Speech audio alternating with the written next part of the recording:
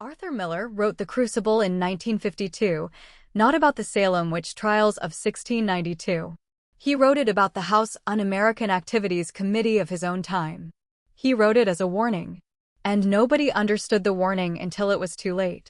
The Salem witch trials were historically interesting, but they weren't his concern. What concerned him was McCarthy's anti-communist hearings. Innocent people were being accused. Their careers were destroyed. They were asked to name other communists or lose everything.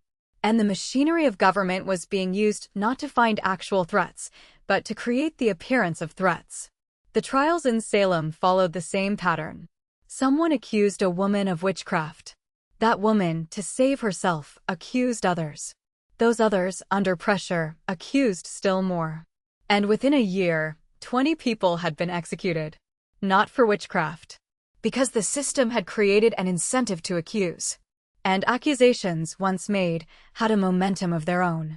Miller's genius was to see that this wasn't a 17th century problem. This was a pattern. A pattern that repeats whenever a society is afraid and a government decides that the fear can be weaponized. In the play, John Proctor refuses to confess to witchcraft. He refuses to name other witches. And so he's hanged. The last line of the play is Proctor, walking to his execution, saying, "How may I live without my name? I have given you my soul, leave me my name." It's a statement about what witch hunts actually do. They force you to choose between your life and your integrity. They force you to lie or die. And either way, you're destroyed. Miller was writing about McCarthyism.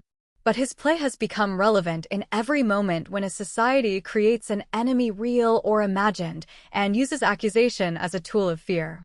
Social media witch hunts. Cancel culture. Any moment when a person is publicly accused and the burden of proof shifts from the accuser to the accused. The Crucible is a warning about how easily a just society can become unjust. How quickly the rules of evidence can collapse. How quickly we can decide that the appearance of guilt is enough. And Miller knew that nobody would understand the play as being about McCarthy. So he set it in Salem, made it about witches, and let audiences feel safely distant. But the real witch hunts, he was saying, are happening now. And they're happening in a country that thinks of itself as free.